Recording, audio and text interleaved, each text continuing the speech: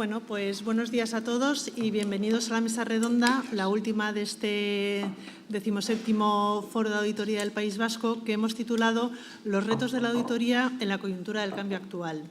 Para ello, pues contamos con la presencia de tres ilustres personalidades del sector, como es Santiago Durán, presidente del Instituto de Contabilidad y Auditoría de Cuentas, del ICAC.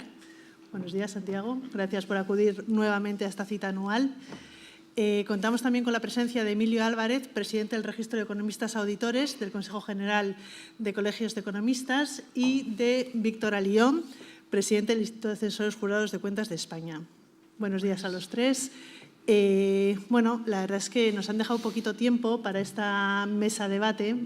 La verdad es que tengo como 6 puntos fundamentales para hablar con vosotros, pero por ir centrando y para empezar y poner todo un poco en contexto, Santiago, la primera pregunta, pues como no podía ser de otra forma, va dirigida para ti.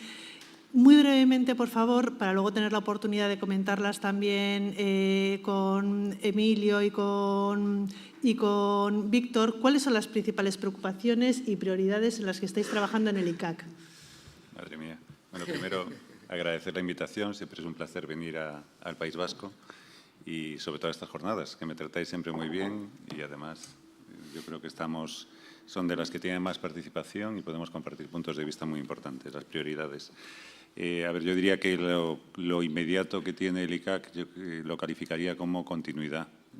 Sin embargo, hay aspectos esenciales, algunos de los que se ha hablado aquí hoy, y que van a impactar en la parte del sector de auditoría, que van a impactar de manera significativa, que son y cuestiones que supongo que hablaremos, tanto la parte de sostenibilidad que nunca se termina y la inteligencia artificial. Por dar unas pinceladas de lo que nos espera en los próximos meses, en el ámbito normativo, vienen 2 normas clave desde el punto de vista de la actividad de auditoría de cuenta, que corresponde la adaptación para la adopción y para el uso en España, que es la norma de fraude y la norma de empresa en funcionamiento. Los grupos técnicos están trabajando ya en esas normas y durante la primera parte del año que viene entiendo que acabaremos ya con primero, periodo de información pública y luego publicación para su poder utilizarla en España a partir del ejercicio siguiente. Y en el ámbito de la supervisión, la previsión es en línea con nuestro plan de control, pues el cumplimiento de las inspecciones que ya hemos hecho. En las inspecciones cambiar también un poco la orientación, intentamos ser mucho más ágiles e intentamos también adaptarnos a la nueva realidad de las firmas con más visión en la parte tecnológica, sobre todo en las grandes firmas, y intentar también impulsar que las firmas, pues yo creo que ya se ve, las medianas, hemos hecho un trabajo muy intenso en las medianas, estamos viendo un acercamiento, que es parte del periodo de los objetivos supervisores, un acercamiento a las exigencias mínimas de calidad en las firmas medianas y creo que a lo largo de estos años lo hemos ido logrando. Podría decir más cosas, pero no dejo hablar a los... Bueno, una pena que no te alargues, pero bueno, luego ya te seguiremos preguntando. Víctor y Emilio, lo mismo para vosotros. Pregunta general, ¿en qué momento se encuentra la auditoría de cuentas en España y qué perspectivas tenéis cada uno de vosotros? Bueno, en primer lugar, buenos días. Buenos días a todos. Es un placer estar aquí en Bilbao, a pesar del aeropuerto. Y porque siempre que vengo aquí pues son actos muy importantes en participación y además poder hacerlo conjuntamente con el Instituto de Censores, pues para nosotros realmente es un hito muy importante, porque en el fondo los problemas nos afectan a ambas corporaciones. Por tanto, es un placer estar aquí. La pena es que no me puedo quedar a comer y a cenar, pues si no será un poco tentempié, pero bueno, repito, es un placer poder estar aquí. Bien, yo creo que la auditoría en España se encuentra en un buen momento, en términos generales. Según los datos de la última memoria publicada por el ICAC, estamos en una facturación cerca de 1.000 millones de euros al año, con 72.000 informes de auditoría, de los cuales aproximadamente un 30% son auditorías voluntarias, con lo cual significa que además de aquellas compañías que tienen la obligación de auditarse, a través del prestigio profesional de los despachos, firmas, pequeñas, medianas, grandes, pues hay un 30% de esos informes que se hacen de forma voluntaria, bien para satisfacer a los accionistas, a terceros, a entidades financieras, a sindicatos, etcétera. Pero el hecho es que hay un 30% de auditorías voluntarias. Segundo tema. Creo que las revisiones, las actuaciones supervisoras que hace el ICAC pues cada vez salen mejor, cada vez pues se demuestra que de alguna manera estamos aplicando las normas de calidad de una forma mucho más rigurosa, lo cual es muy positivo para todos. No queremos que existan en el mercado, cada vez hay menos, estas firmas pues, que no cumplían los estándares de calidad. Hay que expulsarlas del mercado porque de alguna manera nos beneficia a todos nosotros en el sentido de que nos ayuda a prestigiar la profesión, tanto, repito, en pequeñas como medianas como grandes empresas. Por lo tanto, yo creo que esto es muy positivo. Luego, creo que tenemos que, y eso siempre insistimos, yo siempre insisto, tenemos que aumentar el tamaño de los despachos para poder precisamente adaptarnos a estas exigencias de inversión tecnológica, de mejorar el capital humano, y para esto hace falta estructuras mayores. Porque además, si no, nos quedamos fuera del mercado. Por lo tanto, yo creo que eso sí que es un reto que tenéis todos, que tenemos todos, de incrementar el tamaño, porque claro, en España el 62% del mercado lo tienen 4 firmas, las Big Four, el 62%, y queda un 38% del mercado para el resto de firmas, que si contamos las 8 más grandes, quedaría escasamente un 27-28% del mercado restante. Y allí es donde están cantidad de despachos y firmas de auditoría. Por lo tanto, yo os diría, el sector está bien, estamos en un crecimiento, digamos, moderado pero positivo, hay plena ocupación, pero tenemos un reto que es aumentar las estructuras nuestras de los despachos. Gracias.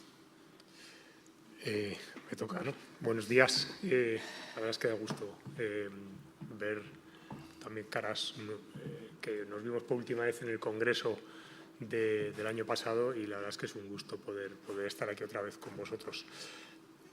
Yo creo que hay una preocupación por la situación política, tanto a nivel nacional como internacional.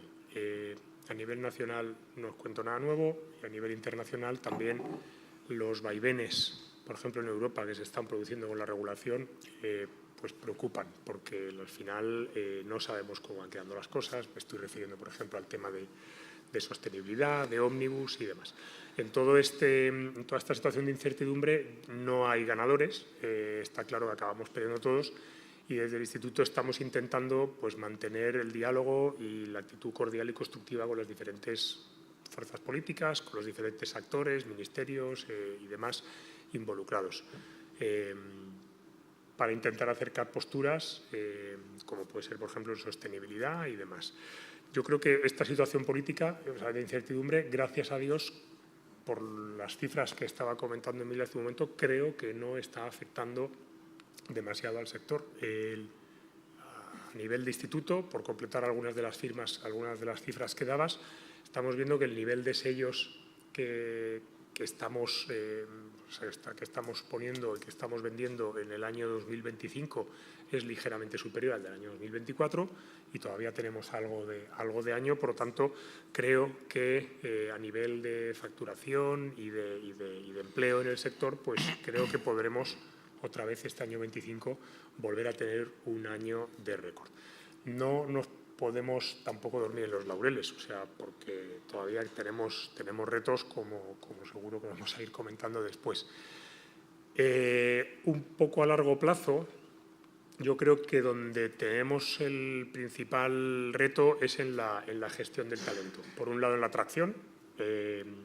Cada vez necesitamos más gente trabajando en las firmas, y cada vez tenemos mayor dificultad para atraer talento por diferentes circunstancias. Pero luego, además, también tenemos el problema de la rotación, y yo creo que tendremos que ponerlo, y yo creo que es una prioridad en las firmas grandes, medianas y pequeñas, la rotación de las firmas y el mantenimiento de ese talento que tanto nos cuesta captar. Yo creo que en ese escenario complejo en el que tenemos menos población joven disponible, cada vez mayores necesidades de que entre gente en nuestras firmas, que las universidades están dando una oferta diferente a la que tradicionalmente estábamos percibiendo en nuestras carreras de económicas, de empresariales y demás que muchos hemos cursado. Todo este escenario complejo hace que tengamos que poner prioridad en el diseño de una formación, de unos planes de formación, pues no sé si diferentes o por lo menos adaptados a las realidades que tenemos ahora. Y de hecho, pues yo creo que eso hace que el tema del examen del ROAC y de la unión universidad-mundo empresarial, pues que esté hoy en el centro del debate de las corporaciones. ¿Puedo decir? Claro. Te digo poco porque hasta la hora que estamos, un poco por meter algo de debate. No, y sobre todo por los jóvenes que están aquí, que yo creo que, a ver, los auditores o todo lo que es la parte de nuestra auditoría nos conocemos y a veces sabemos de lo que hablamos, ¿no? Pero cuando hablamos nosotros, yo creo que los jóvenes, a los que están en la universidad y que estén aquí, también hay que intentar atraerles un poco, ¿no? Y dar una pincelada de dónde estamos para que los sean conscientes. La profesión de auditoría es la única profesión regulada, diría yo, que existe en España. Eso es un valor excepcional. Entonces, que seáis conscientes, lo digo, si acabáis sintiéndose atraídos por esta profesión, de lo que es. Imagino que nos veis aquí a nosotros tres sentados y no sabéis ni quiénes son ni lo que representan. Bueno, ellos representan a la profesión, yo represento a los que controlan a esa profesión en el ejercicio de la profesión. Y esa es la garantía de que sea una profesión excepcional. Entonces, parar y pensar eso cuando tengáis que elegir qué vais a hacer en el futuro. Hay muchas salidas profesionales, pero esta es especialmente diferente en eso, en que tenéis una certificación, si acabáis estando inscritos en el registro que está en el ICAC, en el ROAC, es una certificación que os distingue de los demás compañeros que vayan a hacer una carrera y además es equivalente a la que hay en otros países. Entonces, un poco por situaros, después, en la carrera futura, acabar siendo auditor es acabar formando parte de una profesión única gracias a esa certificación. Era un poco porque lo entiendan, es que si no se pierde. Gracias, Santiago. La verdad es que poner en valor en tu boca lo que es la profesión de auditor se agradece muchísimo, y más en este foro y con la presencia de tanta juventud. Muy bien, bueno, gracias a los tres por vuestra contextualización de los temas, pero si os parece bien vamos a entrar en asuntos más concretos. Santiago, la verdad es que en diversas reuniones de trabajo, pues igual más privadas y tal, siempre nos habíais trasladado que aunque el ICAC no era partidario, pues existía el riesgo de que otras instituciones y órganos de la Administración promoviesen un aumento de los límites de auditoría. Sabemos que hay un anteproyecto de ley que el Gobierno está promoviendo con este objetivo. ¿Cómo creéis que nos va a afectar en el sector? A ver, te lo voy a decir con humor, pero ya puesto es lo mejor que os puede pasar, ¿no? No queda otra. A ver, a lo que voy. Como bien has dicho, evidentemente nosotros no teníamos intención de que se incrementasen los límites de auditoría, pero también es un hecho que la última modificación que se produjo de los límites de auditoría se produjo hace 12 años, en 2013, con lo cual es una cuestión que siempre iba a estar ahí pendiente de que se aplicara ese cambio. En la propuesta que se nos pidió al ICAC sobre transposición de la modificación de la directiva contable no estaba incluido este tema. En el periodo de consulta pública, lógicamente, las asociaciones profesionales abogaron por que se incluyese la modificación de los límites de auditoría y lo más probable, bueno, de hecho ya sabéis que los últimos textos del anteproyecto de ley evidentemente incluyen ese incremento en el entorno del 25% y con toda seguridad lo que se acabe remitiendo al Parlamento lleve ese incremento del 25%. Digo que es lo mejor dentro de que no es una buena noticia por el momento en el que nos encontramos. Se han mencionado las cifras del sector de auditoría actualmente. Estamos en el entorno de 1.000 millones de facturación exclusivamente por la parte de honorarios de auditoría. Lo normal es que se incremente en ese entorno y, al final, el impacto que tiene en cargos afectados directamente por el incremento de los límites de auditoría pues está en el entorno de 4.000 y probablemente sean menos porque lo normal es que tampoco todos dejen de hacerse. Con lo cual, en un entorno de crecimiento económico, un entorno de crecimiento de la actividad de auditoría de cuentas, posiblemente es el mejor momento para que se produzca este cambio, que en algún momento tiene que producirse. Y si se produce ahora, pues tendremos un periodo de 8 o 10 años en que no se vuelva a plantear la modificación de los límites de auditoría. Vale, gracias, Santiago. Emilio, cuando has contestado a la primera pregunta de centrar un poco cuáles son los retos de la auditoría actuales, has hablado que un 30% de las auditorías, de los informes que se emiten en España, son voluntarios. Ahora mismo Santiago ha dicho que pues, con ese aumento del 25% de los límites de auditoría podría haber 4.000 afectados, que de hecho igual no serían tantos porque puede ser que haya muchos que mantengan la auditoría voluntariamente. ¿Qué crees que podemos hacer para afrontar esta medida legislativa que nos aumenta los límites y si crees que vamos a ser capaces de vender esa calidad en la información financiera con lo que son las auditorías voluntarias?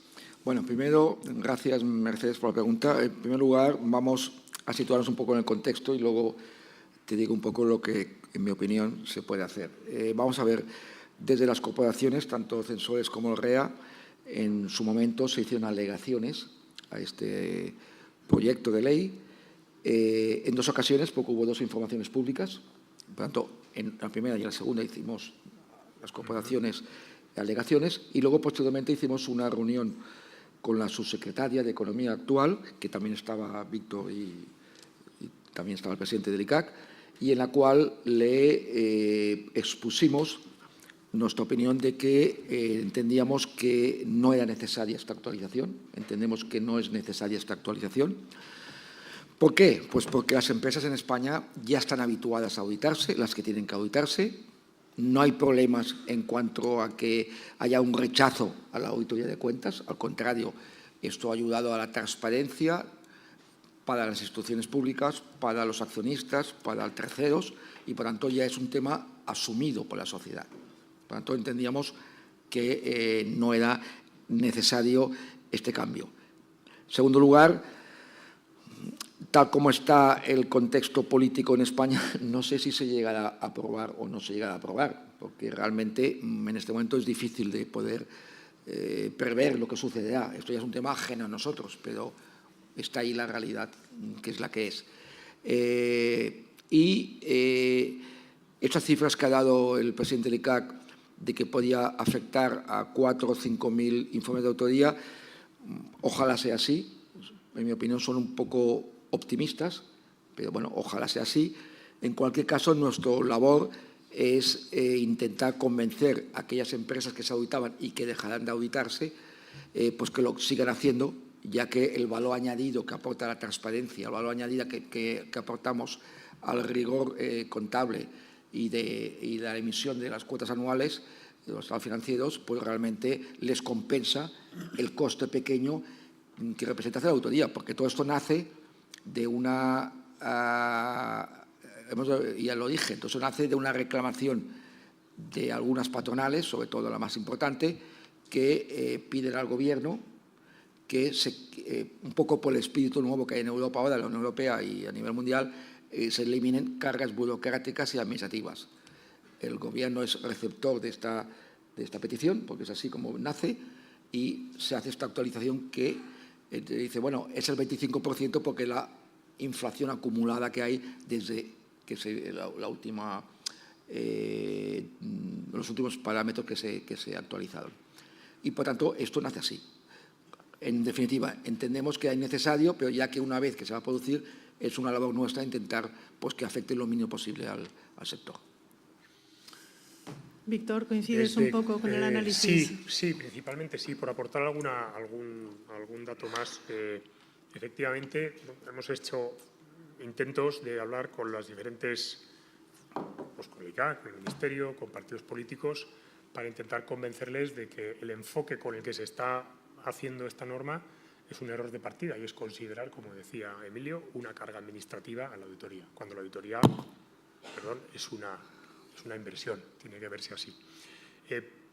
Permitidme que comparta algunos datos de un estudio que publicaremos en breve sobre la opinión que tenemos los auditores de las empresas españolas. Esa opinión emitida a través de nuestros informes.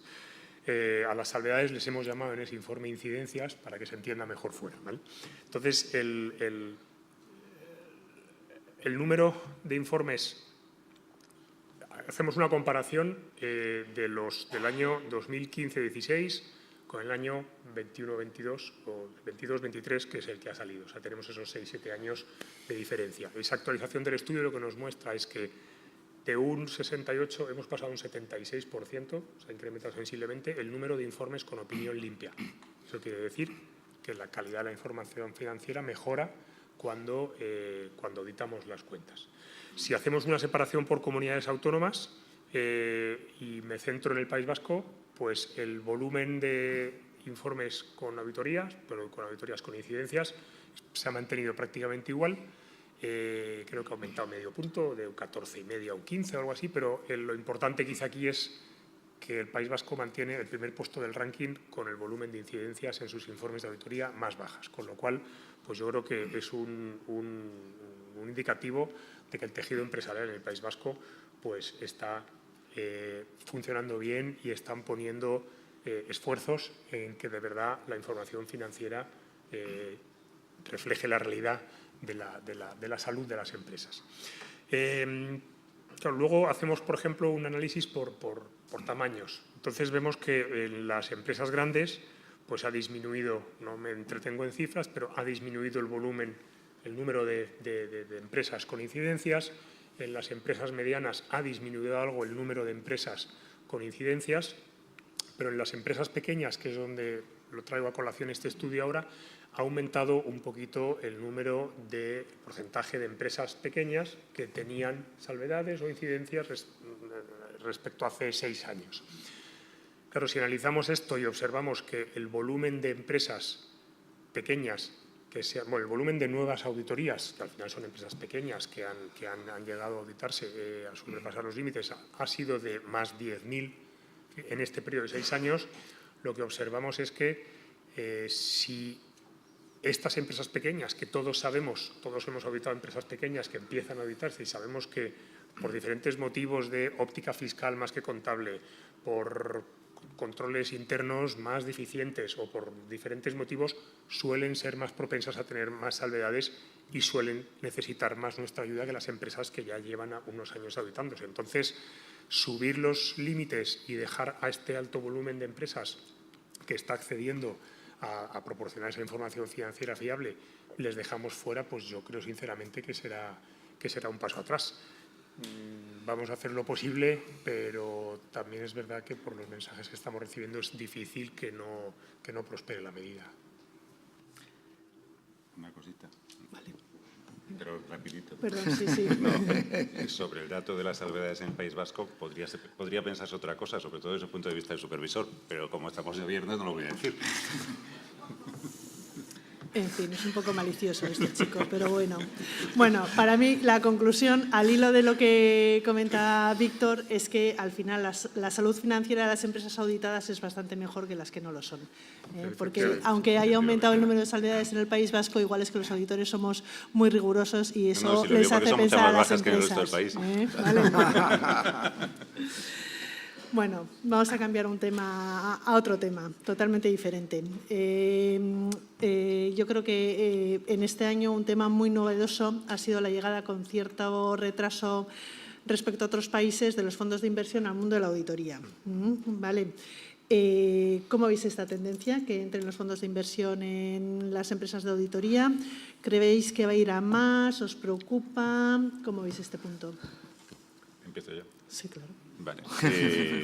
A ver, para mí en términos concretos no es una preocupación. La ventaja, que antes lo mencionaba desde el punto de vista del ejercicio profesional, la ventaja en el ámbito de la auditoría es la regulación. Todo lo que es la actividad de auditoría de cuentas, incluido la estructura de los órganos de gobierno, está regulada y eso es lo que tienen que cumplir.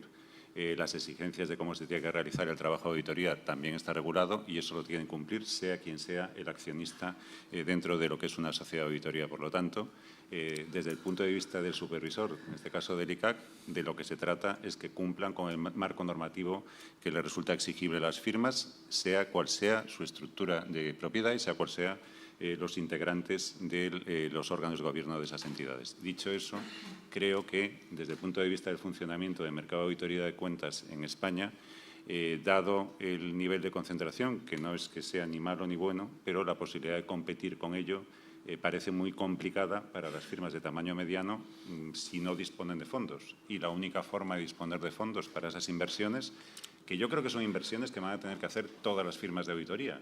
Todas las firmas, incluidas las grandes a nivel mundial, van a tener que hacer una inversión muy grande en fondos debido a toda la evolución tecnológica, la evolución de necesidades de formación del capital humano, y esos fondos, en mayor o menor medida, y posiblemente acabamos viéndolo a lo mejor también a todos los niveles, requieren de inversores para las firmas de auditoría, y va a permitir, pues, posiblemente mejorar la capacidad que tengan para competir firmas medianas con firmas grandes y que evolucione hacia lo que nos interesa desde el punto de vista regulatorio, que es la máxima calidad en la actividad de auditoría de cuentas.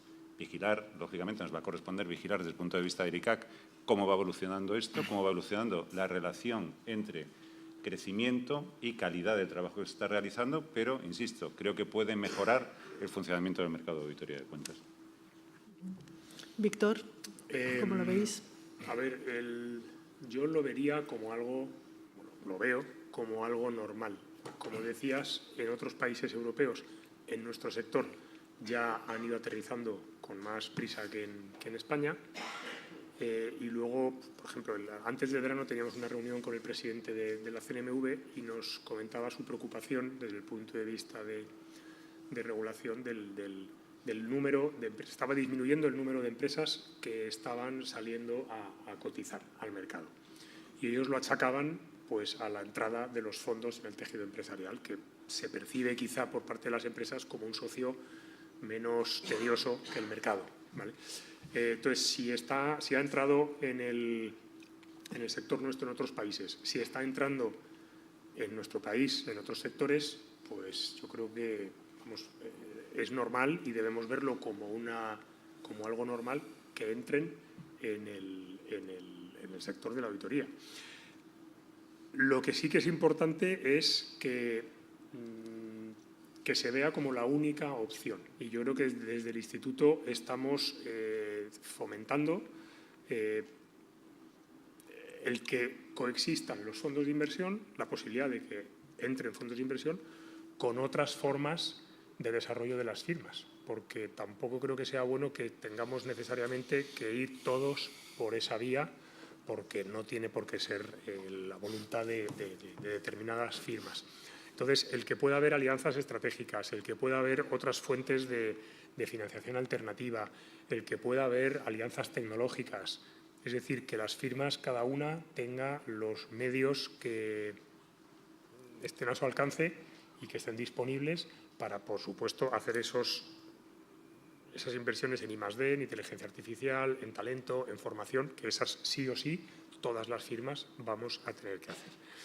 Y también desde el Instituto tenemos que prestar un poco atención a minimizar los riesgos de que la entrada de capital riesgo pueda poner en riesgo la gobernanza de las firmas. Yo creo que eso es fundamental. Ahora mismo, con el requisito de la ley de auditoría de que la mayoría de los derechos de voto y de los miembros del Consejo sean auditores de cuentas, creemos que de momento está, vamos a llamar, garantizado o adecuadamente cubierto. Pero habrá que hacer evolución de cómo van funcionando las inversiones de los fondos, las entradas y cómo va funcionando la gobernanza en las firmas para asegurarnos de que siga siendo así. Gracias, Víctor. Emilio, por vuestra parte. Lo vemos muy parecido a lo que comentaba Víctor. La verdad es que poca cosa más que añadir porque coincidimos. Quizás analizando un poco lo que ha sucedido ya hasta la fecha con algunos fondos de inversión, siendo positivo el concepto, porque, como se ha dicho y comparto, da una inyección de capital que sirve para acometer esta transición a un entorno tecnológico, tanto de los clientes como del propio despacho de auditoría o firma de auditoría y también el propio ICAC, pues realmente es positivo. Ha habido una experiencia que no ha sido positiva. Ha habido algunos fondos que han entrado y la calidad ha sido muy desigual según la adquisición de la participada de aquella compañía. Por lo tanto, tranquiliza saber que es un sector muy regulado. A veces yo digo que excesivamente regulado, pues eso ya es una opinión que yo lanzo, y excesivamente cambiante la regulación, que a veces no da tiempo a uno a adaptarse a tanta regulación, a tanta normativa, pero bueno, esto es una garantía de que estos fondos tendrán que cumplir una normativa que ya cumplimos todos nosotros y que de alguna manera pues lo que va a servir es para ayudar a este gap que hay en el sector de que hay mucha firma pequeña y hay pocas grandes. Y entre medio, pues yo creo que hace falta firmas medianas que puedan competir en algunos momentos con las firmas grandes y que ayuden, pues de alguna manera, a prestar estos servicios que yo creo que es como sucede en otros países, pues quizás hay este gap. Entonces, el fondo de inversión, pues quizás puedan ayudar al crecimiento de esas firmas, teniendo en cuenta lo que decía Víctor, que hay otras formas de crecer, no solamente el fondo de inversión. Y tú has comentado unas cuantas. Por tanto, digamos que para resumir, lo veo positivo, pero ojo con la calidad. Sí, bueno, al final yo creo que un poco como conclusión es que una vez que tenemos garantizada la gobernanza, que también lo tenemos avalado gracias a esa gran regulación que tiene la profesión, pues podemos estar más o menos confortables y se puede analizar como vía de crecimiento de una firma. Muy bien. Bueno, vamos con otro tema. Santiago, vuelvo a empezar por ti. Sostenibilidad, no podía faltar. La verdad es que en toda la mañana no ha salido la palabra a colación, entonces pues toca ahora. Entonces, dos preguntas. Proyecto Ómnibus de la Unión Europea, ¿en qué situación se encuentra y cuál es la posición que está defendiendo España? Y pues la segunda pregunta obligada, que yo creo que también esta es repetitiva de varios foros anteriores, la situación de la Ley de Información sobre Sostenibilidad. ¿Qué va a pasar con ello? A ver, del proyecto Ómnibus, el estado del proyecto, como ya sabéis en lo que consiste el proyecto, tampoco lo cuento, pero vamos, que el estado es que está en el Parlamento, a nivel sería el equivalente a comisión del Parlamento. Se había aprobado una propuesta, pero que fue rechazada por el Pleno del Parlamento Europeo, con lo cual ha vuelto a comisión y tiene que llegar a un nuevo acuerdo entre los distintos representantes de los grupos parlamentarios, no de los países, con lo cual ya se empieza a retrasar un poco los plazos. Una vez que el Parlamento, después de que pase por comisión, vuelva en el Pleno, apruebe esa propuesta, se va a iniciar el diálogo en lo que sabéis que son los trílogos, que es Parlamento Europeo, Comisión Europea y Consejo Europeo, para acabar llegar a una propuesta de consenso entre todos para que eso sea lo que se apruebe como forma definitiva de modificaciones de las directivas. Los aspectos clave más significativos, y digo de la última propuesta del Parlamento, que posiblemente era la línea de lo que va a acabar aprobándose, es que se elevan los umbrales de la exigencia para informaciones sobre sostenibilidad a empresas grandes, empresas que tengan más de 1.000 empleados y que facturen más de 450 millones de euros. Es decir, por encima de la propuesta original de la Comisión Europea, que iba exclusivamente a más de 1.000 empleados, pero empresa grande con la definición de grande, con lo cual menos empresas entrarían. Parece difícil que en esta revisión que va a hacer la Comisión del Parlamento eso vaya a cambiar, porque de hecho incluso podrían plantear incrementar, porque el desacuerdo viene desde los partidos que querían ir a los límites cuanto más ampliados mejor. También parece difícil que el acuerdo de la último que se tenga también vaya más allá, con lo cual la lógica puede decir que acabemos con lo de los 1.000 empleados y 450 millones de facturación cuando se acabe aprobando la propuesta Ómnibus. Esa es la situación en la que está. No sé. Sí. ¿Nos puedes dar unas fechas orientativas de cómo La previsión inicial que teníamos era que para el mes de febrero se pudiera aprobar ya la propuesta de forma definitiva. La propuesta original pretendía también que la transposición terminase, el plazo máximo de transposición fuese final del año 2026. Más o menos estaremos en esos plazos. La posición del Gobierno español pues es minoritaria respecto a todos los demás países. De hecho, recientemente ha habido una carta de distintos ministros, dirigida al Parlamento Europeo para que llegue a un acuerdo y que, bueno, iba no en línea con la española.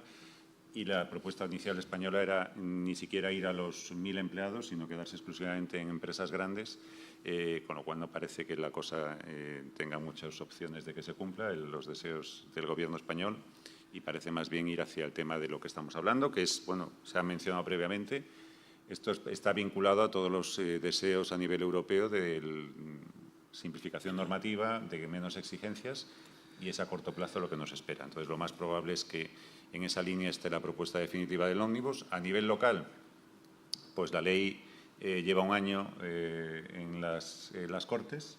No ha habido muchos avances, diría que ninguno, pero os voy a decir. Entonces, esa es la situación que tenemos. Lógicamente, entre tanto, se han ido aprobando parte de lo que es el paquete ómnibus, en concreto el tema del retraso, de lo que he llamado Stop the Clock. Está también a punto de aprobarse la parte del phasing también para recogerlo. Lo lógico sería, y yo aquí ya es un tema de dinámica parlamentaria, que vía enmiendas sobre ese proyecto se incluyesen estos dos elementos del ómnibus que se hayan aprobado, y ya no sé si el deseo de los distintos grupos puede ser que se espere a que esté completo el ómnibus o que se apruebe y que luego se modifique con el ómnibus en cuanto a lo que se refiere al alcance. Pero eso es un tema de cuestiones parlamentarias de las que yo no soy capaz de saber hasta dónde pueden llegar, y como alguien ha mencionado aquí, en el entorno político que estamos, pues tampoco está muy claro que sea una norma que sea fácil llegar a un consenso. Pero bueno, eso O sea, ya que pero puede ser, eso nos podemos llevar a la sorpresa y que esto esté aprobado en un par de semanas. No, es un tema que depende mucho de las negociaciones. A día de hoy sigue en fase de enmiendas y no sé cuándo dará el paso a el debate propio de las enmiendas. Depende un poco de los acuerdos parlamentarios. Vale, gracias, Santiago. Víctor, ¿qué nos preocupa más en el tema de sostenibilidad? Pues a nivel europeo lo que más preocupa es la evolución que tenga la iniciativa Omnibus. Por un lado, en el ámbito de aplicación, si subimos, mejor dicho, a la propuesta actual de 1.000 empleados y 450 millones de ingresos, solo está estimado que unas 700 empresas en España vayan a los umbrales de reporte de sostenibilidad.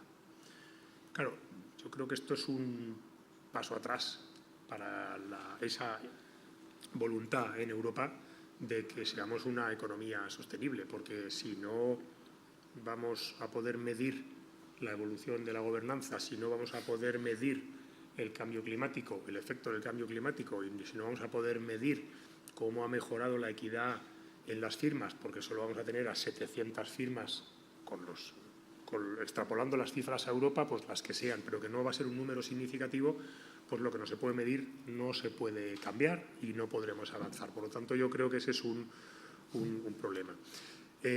Luego también hay otro asunto que estamos siguiendo muy de cerca, que es la evolución de las normas, de las NEIs. Valoramos muy positivamente el proceso de simplificación que se está haciendo en el EFRAG. Y bueno, hay algunos asuntos con los que estamos de acuerdo, otros con los que no. Y, por ejemplo, sí que estamos bastante de acuerdo con la reducción de los requisitos y con la reestructuración de los estándares. Yo creo que esto va a permitir una aplicación más sencilla y por tanto, va a mejorar la calidad de la información que se reporta. Hay algunos aspectos con los que no estamos tan de acuerdo y así lo hemos hecho saber. Por ejemplo, evitar la reconciliación entre la información financiera y la no financiera, y también la reducción de la información cuantitativa con efectos financieros. Creemos que esos aspectos deberían mantenerse y se han reducido muchos. Luego hay otros matices en los que creemos que deben dar algunas guías más claras, pues en la aplicación de la imagen fiel y demás. Pero bueno, yo creo que para no entrar mucho en detalle. Y luego, a nivel de otra preocupación que tenemos, es a nivel español, qué va a pasar al final del año 2025 con los reportes que se hagan de información no financiera / sostenibilidad. Ahí creemos que, gracias al esfuerzo que se hizo el año pasado y a la nota que enviaron ICAC junto con CNMV, y que hizo que la mayoría, muchas de las firmas que tenían esa duda, pues que obviamente cumplieran con el EIF, pero lo adaptaran para más o menos cumplir o dar información que pide la directiva, pues ese esfuerzo ya se hizo, lo hicieron las empresas y lo hicimos los verificadores, los auditores verificadores de la información de sostenibilidad. En el año 2025, como yo creo que va a ser imposible que esté aprobada antes, pues probablemente estemos en una situación similar. Pero bueno, jugamos con la ventaja de que ya hemos hecho este esfuerzo durante el año pasado. Gracias, Víctor. Emilio, ¿qué Bueno, pasa pues, si no se aprueba la ley? Hace un año estamos hablando aquí de sostenibilidad, que era el tema estrella. Los despachos Efectivamente. invertimos en formación, invertimos en tecnología también, pues para poder dar ese servicio a nuestros clientes.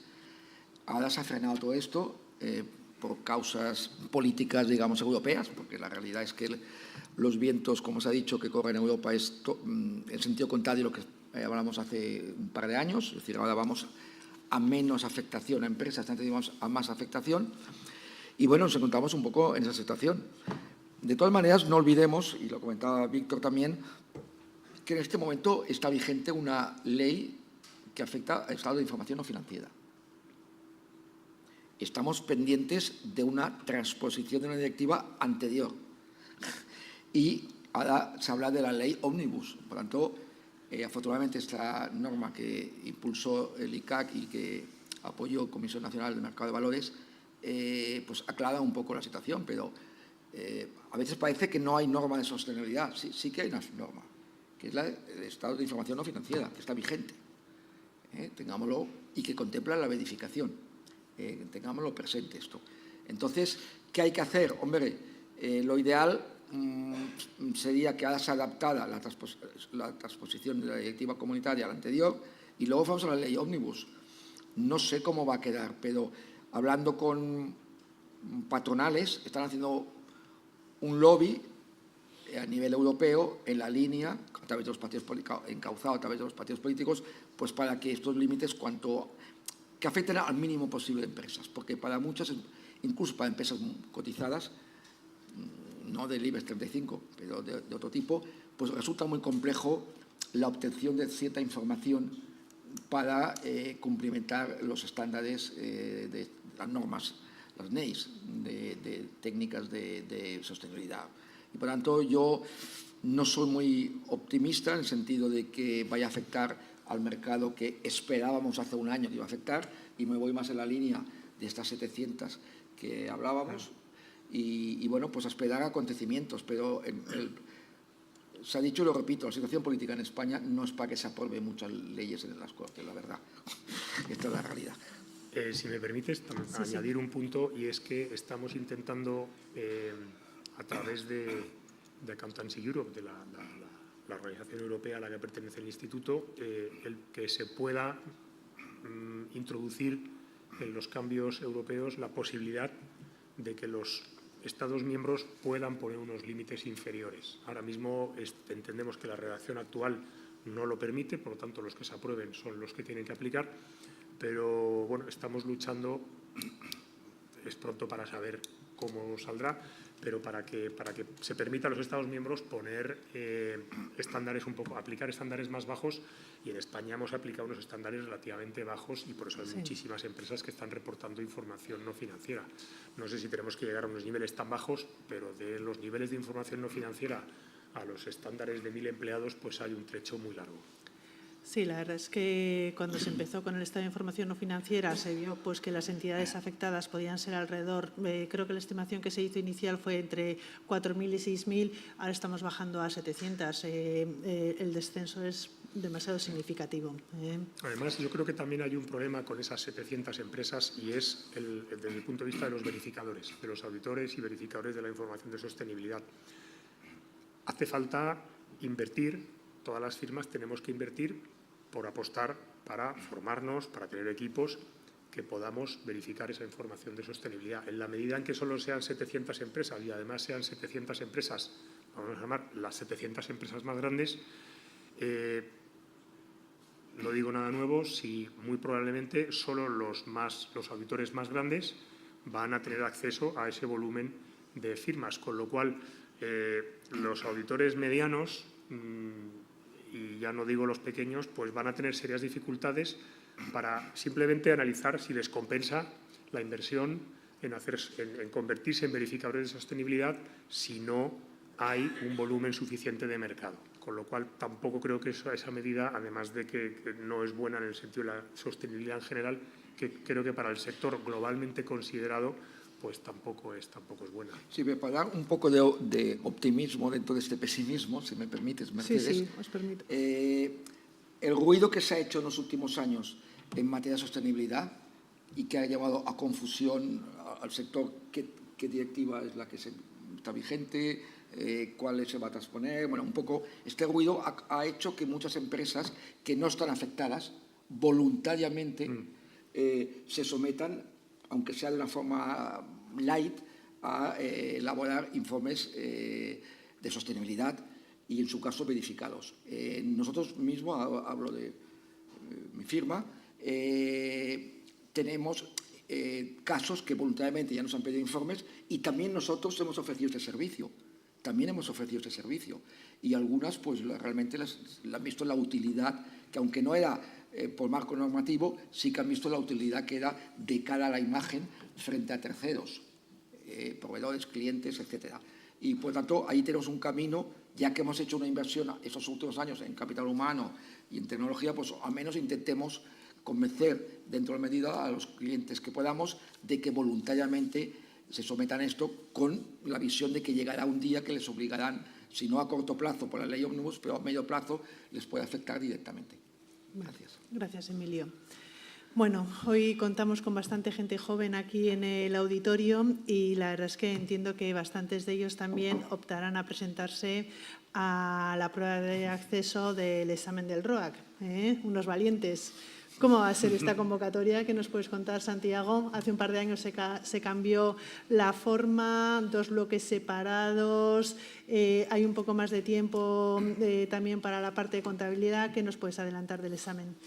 Yo no estoy en el tribunal, pero bueno. No, pero bueno, algo te contarán. Algo me cuentan, sí.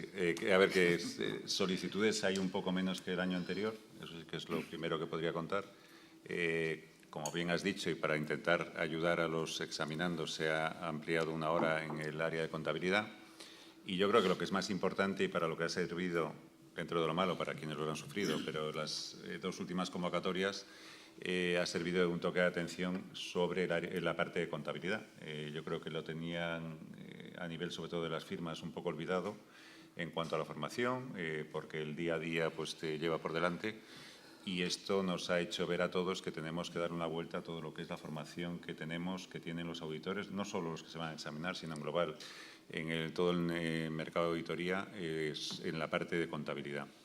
De cara, voy a hablar de los temas. De cara al examen de contabilidad, creo que con lo que ha pasado se está haciendo más formación en contabilidad. Creo que en las firmas, o así me lo han dicho, están intentando ayudar a los que se van a presentar, bien tutorizando. Yo lo comenté con alguno de los presidentes, que debía ser algo de tutorizar, liberar de tiempo, incluso decirles si están o no preparados para presentarse en este año al examen. Pues parte del trabajo que tiene que hacerse en las firmas debería ser eso, y creo que el resultado probablemente sea más positivo si vamos por ahí. La otra es el tema de la importancia que tiene la contabilidad, y ahí también es un papel que deberían tener las corporaciones, pero sí que lo tiene el ICAC, porque una de nuestras obligaciones desde el punto de vista del estatuto es promocionar la auditoría, pero también la contabilidad.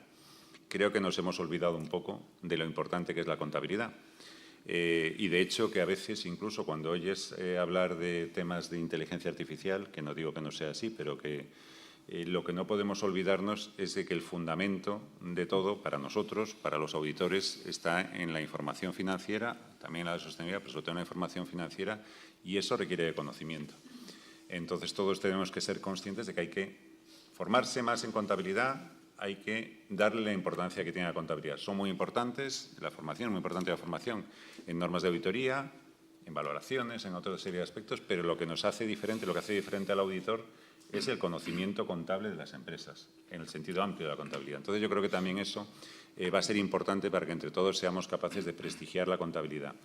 Hay un componente también de la contabilidad que hay que vincular con las universidades, pero bueno, creo que el trabajo es más institucional del ICAC y de las corporaciones y las firmas para que se trabaje mucho más en la contabilidad. Gracias, Santiago. Emilio y Víctor. Vamos a ver, el examen se ha ido adaptando lentamente, pues se ha ido adaptando a las nuevas coyunturas. Ya hubo unos cambios, como tú, Mercedes, has dicho, hace 2 años. Este año, habida cuenta que ha pasado, se quejaba los presentados, los aspirantes, que faltaba tiempo para acabar la parte de contabilidad a petición de las corporaciones. Se ha aumentado en 1 hora el tiempo, pues para que si se suspende sea porque no se sabía, no porque falta de tiempo, porque suspender por falta de tiempo no me gusta, que suspenda aquel que no sabe, pero no por falta de tiempo. Entonces, ha ampliado de 2 a 3 horas el tiempo del examen de contabilidad. La dificultad no sé cuál va a ser, me imagino que sea similar a otros años, no lo sé, pero sí que aquí tengo una pequeña discrepancia con el presidente del ICAC. Ha salido al final. Solo en eso tenemos discrepancias, ¿no? Bueno, en otras cosas, pero no tocan. No tocan. Vamos a ver. Yo creo que pasar la responsabilidad a las corporaciones y a los despachos, firmas de auditoría, es una parte del problema. Pero yo creo que el tema salen poco formados de las universidades. Y a esto me remito a mi caso. Yo tenía 4 asignaturas de contabilidad. Ahora se acaba a veces con una solamente, con una asignatura de contabilidad. Por lo tanto, ya hay un cambio importante. En segundo lugar, es cierto, es imposible ser un buen auditor si no sabes contabilidad, en eso estamos todos de acuerdo.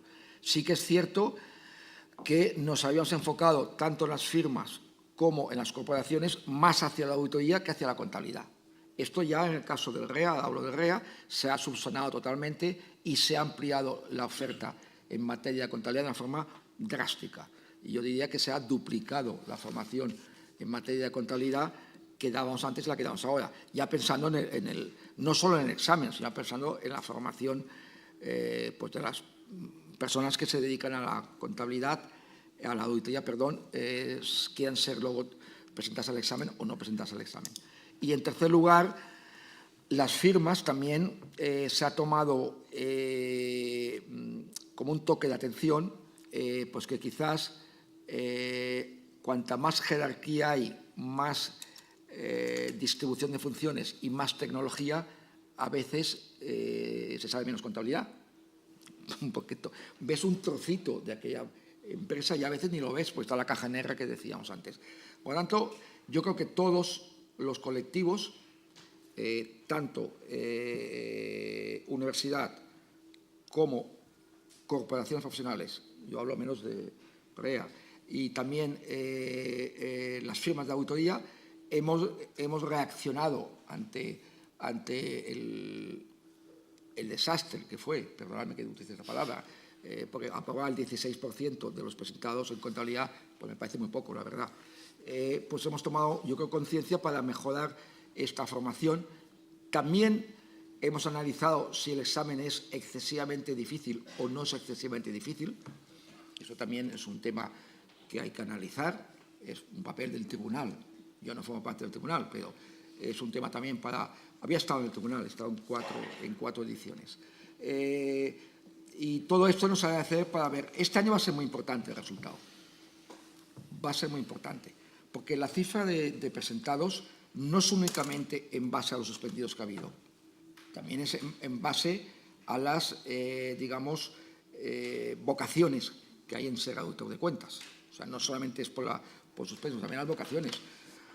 Yo ahora os pongo un ejemplo y con esto acabo. Hace 3 semanas asistí a la entrega de diplomas de un máster de auditoría y contabilidad de la Universidad Autónoma de Barcelona. Aquí este máster había aproximadamente entre 25 y 30 personas que aprobaron.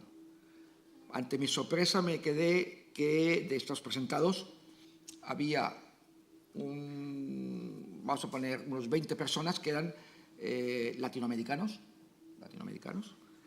Había 3 chinas, mujeres chinas, y 2 o 3 de aquí, españoles. Me quedé sorprendido realmente de la variedad multicultural que había, siendo minoritarios de aquí.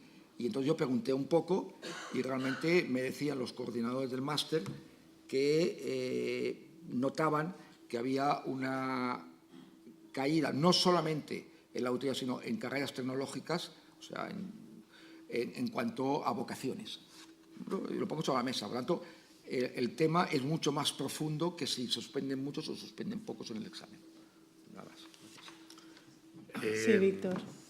Poco más voy a añadir, porque estoy de acuerdo con lo que se ha comentado anteriormente. Yo quizá remarcaría Creo que va a haber, espero, un porcentaje mayor de aprobados porque las firmas y las corporaciones estamos haciendo un esfuerzo en dar esa formación. Nosotros el programa de formación para este examen se ha empezado en junio en lugar de empezar en septiembre, con lo cual casi duplicamos el tiempo que tienen los aspirantes a la formación. Y creo que un tema muy importante y que estamos haciendo también hincapié este año es en formarles para el tipo de prueba que se está haciendo. Además de saber contabilidad y saber auditoría, hay que saber enfrentarse a una prueba larga, a mano, sin ordenador, y no voy a calificar ahora si se podría hacer con ordenador o no, tiene pros, tiene contras, dificultades y demás, pero el tipo de prueba que ahora mismo tenemos es el que es. Y yo creo que también es importante saber enfrentarse a esa prueba. Llevar toda la documentación pues no te sirve de nada si no tienes la capacidad de saber dónde tienes que buscar. Estar 4 horas escribiendo, pues tal, redactar una salvedad, pues si tú cuando entrenas lo único que dices esto es limitación al alcance y pones un punto y te vas a lo siguiente, cuando vayas al examen a redactar esa limitación, pues igual no la redactas igual de bien. Entonces, eso yo creo que es importante. Y sobre todo, pues dar un voto de confianza y yo creo que animar a todos los candidatos porque yo creo que tienen que confiar en su formación, en su experiencia y en el apoyo que están recibiendo por parte de las corporaciones. Bueno, creo que Santiago quiere puntualizar un poco. Breves, sí. Y como soy el presidente de CAC, una broma, que trato bien a los auditores, digo para los estudiantes. Es una sobre el examen, y yo creo que el examen en sí, que hay que ser conscientes todos, lo dije antes al hablar de lo que es la profesión, es una profesión diferencial. Y el examen tiene una parte, aparte del componente técnico, lo digo por el tema de escribir a mano y todas estas cosas, tiene componente técnico, componente de conocimiento en contabilidad y auditoría y tiene un componente de madurez. Es enfrentarse a algo diferente porque es una profesión diferente que requiere unas personas que van a tener una capacitación para tomar decisiones en relación con un encargo de auditoría. Que lo digo para los jóvenes, que a ver, que esto es especialmente relevante y con unas responsabilidades después de ese encargo, de cara a que están supervisados y, bueno, a veces leéis noticias sobre sanciones y todas estas historias, que es la que es. Es decir, vamos a poner el valor que tiene que tener un examen, que yo creo que es importante. Entonces, esa por la parte del examen. La otra por la parte de la universidad, que yo no echaría la culpa a la universidad. Hay titulaciones en la universidad que tienen los años que tuve yo de contabilidad, los 4 o 5 años que hice de contabilidad y auditoría, pero no se eligen esas titulaciones de determinadas personas. Ahí hay una parte que es, en mi opinión, culpa de las firmas de auditoría. En otros tiempos, las carreras eran de 5 años. Ahora las carreras son de 4 años, porque están pensadas, el modelo de carreras, en que después tú hagas un máster para completar.